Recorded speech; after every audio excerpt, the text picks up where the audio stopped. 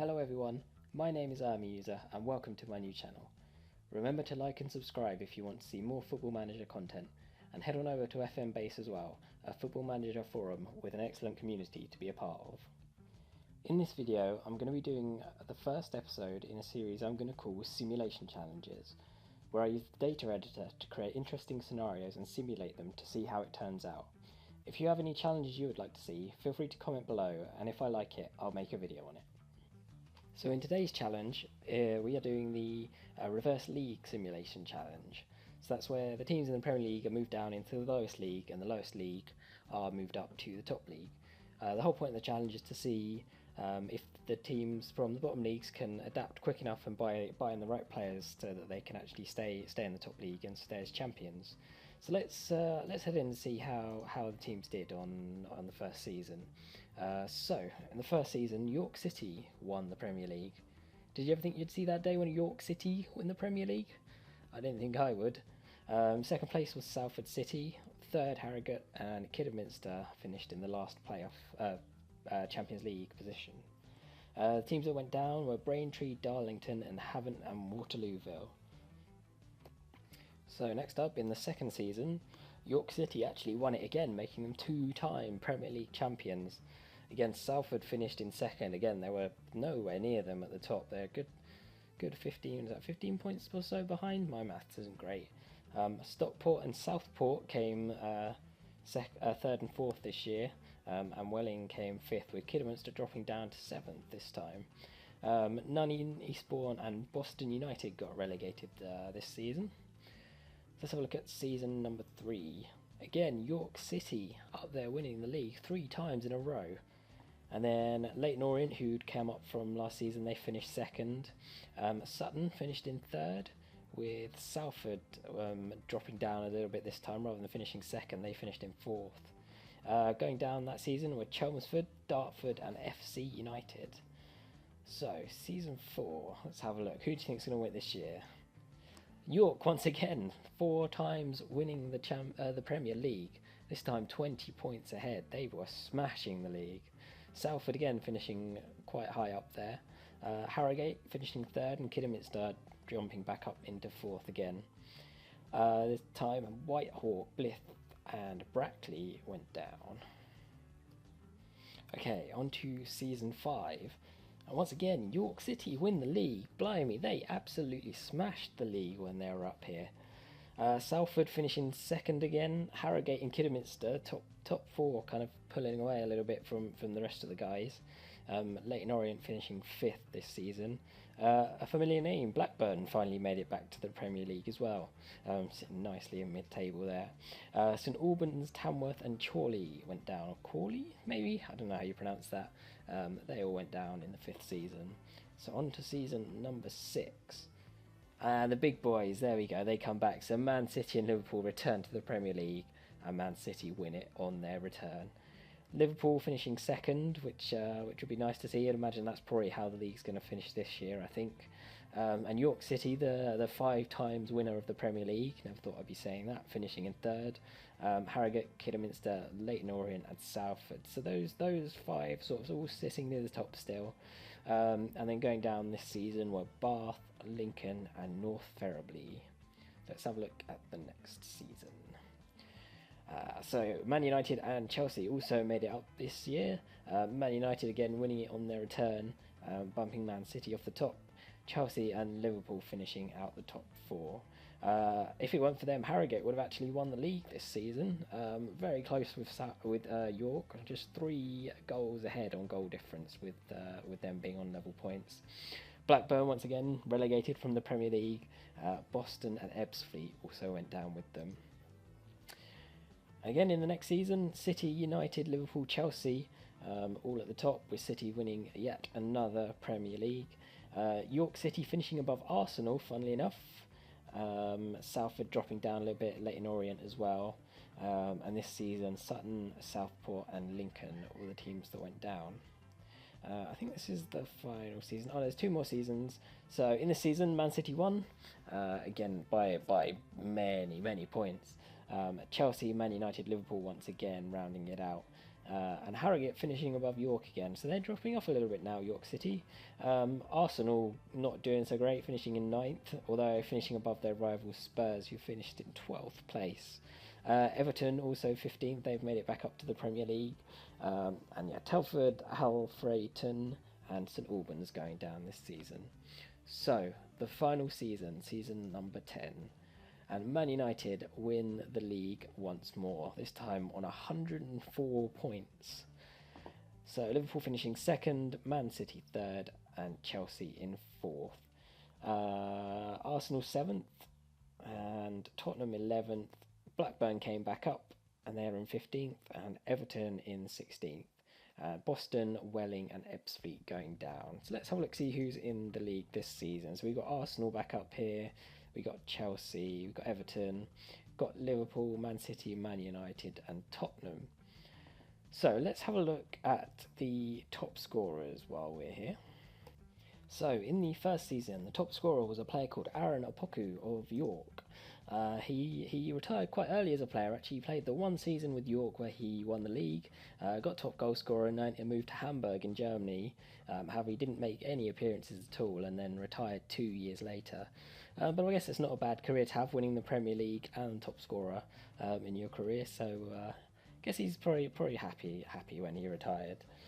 In the second season, a player called Joseph Mendes won the league. He is now a scout looking for a job.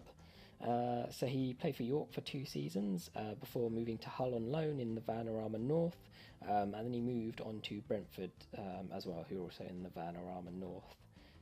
In the third season, a player called Saman Godos, also of York City, won the Golden Boot Award. His stats aren't too bad considering he played for York City. He is now a free agent. He spent a year on loan at Stoke and West Ham before moving on to Cardiff and then moving to Greece after he was released. Finally, a name that we probably all recognise, Callum Wilson of Kidderminster Harriers, won the Golden Boot Award. He is now a director of football who is also looking for a job. So he started at Bournemouth, obviously, before moving to Kidderminster for 17 million, where he stayed there for the rest of his career before retiring. Season number 5, Josef Poulsen won the Golden Boot Award at York. Let's have a look at his stats. So he's still at York City. His stats don't look fantastic, in all honesty. His technical is lacking quite a bit, and his acceleration and pace are normally a lot better in some of the games I've seen, but York City probably don't have the best training facilities at the moment, so that's probably why. So yeah, he joined York for 4.8 million, and he has been there ever since he moved. Next up, another name you'd recognise, Alexander Lacazette, who also played for York City. He has now retired, aged 35. He moved from Arsenal to York. Let's see if it's going to tell me how much for. No, I don't think it is, but I'm sure we can find out. So in the 7th season, Ben Woodburn, who was playing for Manchester City at the time, won the Golden Boot Award. He is still at Man City, and his stats look absolutely fantastic. Let's have a look, see if we can highlight some of his best stats. So he's probably best off as a poacher. And yeah, look at that, he would be an absolutely fantastic poacher. He joined Man City from Spurs, actually. They signed him from Liverpool for 8.25 million, and 2 years later sold him for 26 million to Man City, where he has been ever since. Next season, again, Poulsen won the Golden Boot trophy. I'm going to assume, again, his stats were probably better than this at one point, but he's now 33, so he's probably gone past the peak of his career as a striker, and yeah, starting to fall off a little bit. In the 9th season, Marcus Rashford won the Golden Boot Award. He is playing at Chelsea, and he is still there now. Again, stats look pretty good. Doesn't look as good as Ben Woodburn did, which as a Liverpool fan makes me happy. But yeah, he's looking pretty good. He joined Chelsea from Man United for 12.25 million, and he's been there ever since. And finally, Daniel Saunders, who is a regen, the first regen of the save, won the Golden Boot for Liverpool with just 19 goals, which doesn't sound very much. Again, 23 years old, English striker. Again, pretty good looking stats. Someone I'd definitely look to sign. He's worth £62 million. And he started off in the Liverpool youth team, and he has not left. So that is the Golden Boot winners. So another thing I thought would be interesting to look at is all the transfers from all the seasons. So let's go back to season 1. And the most expensive transfer was a free transfer. None of the Premier League made a valued signing at all. Everyone was on a free transfer. So let's have a look into season 2, and Matthew Targett from Southampton to York for 1.4 million. The only signing that was above £1 million. Season 3, this is where we start to get a little bit of money. So Benica Fobe went from Wolves to Salford for 8.5 million. Yoris Nyangnon, I don't know how to pronounce that, joined Leighton Orient for 5.5 million. And then Mathis Jurgensen joined Salford from Huddersfield, who has now retired, and I can't even click on his name to have a look at his stats. Season 4, Ronnie McCart from Middlesbrough to Harrogate for 37 million. I've never actually heard of this player, surprisingly. It's because he is a regen. That will be why I've never heard of him, and he has turned out pretty good. He is now at Liverpool. They signed him for 25 million after Harrogate signed him for 37 million. So, season number 5, let's have a look. Dele Alli joined York City from Man United for just 28 million. That is pretty cheap, in my opinion. He's still at York City, and his stats are looking pretty good. He is now 31 years old. And let's have a look quickly at his history. So yeah, he joined Man United when they were in League 2 for 28 million, and 1 season later they sold him for 32 million. It's a nice little profit for a 1-season player.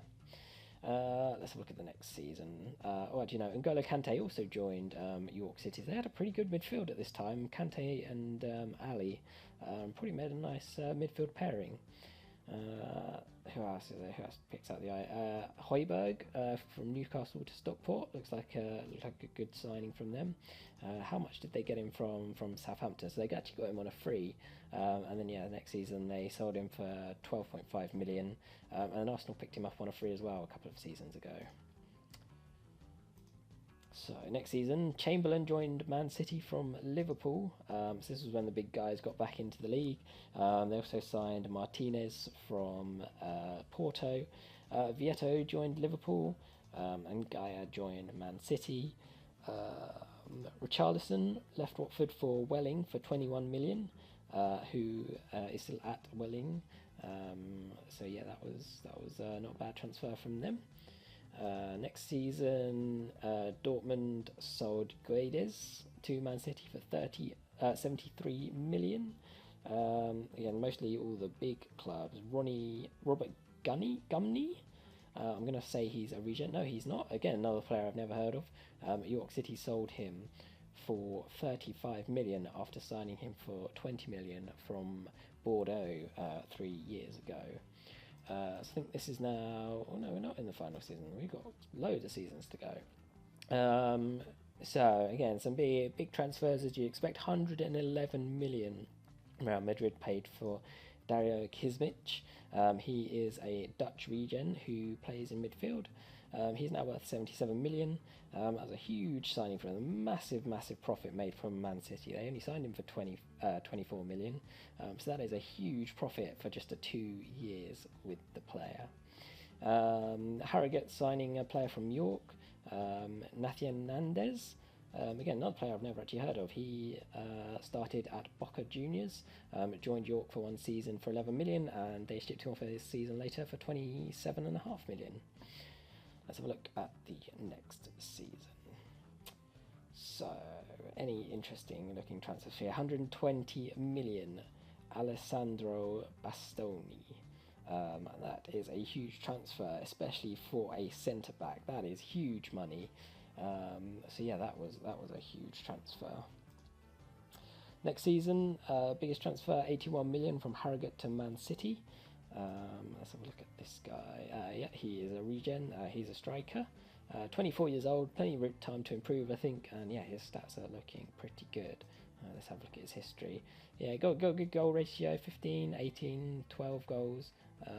So yeah, not doing too bad. Yeah, 81 million, huge profit again. Harrogate signing him for 32.5 million a couple of seasons before.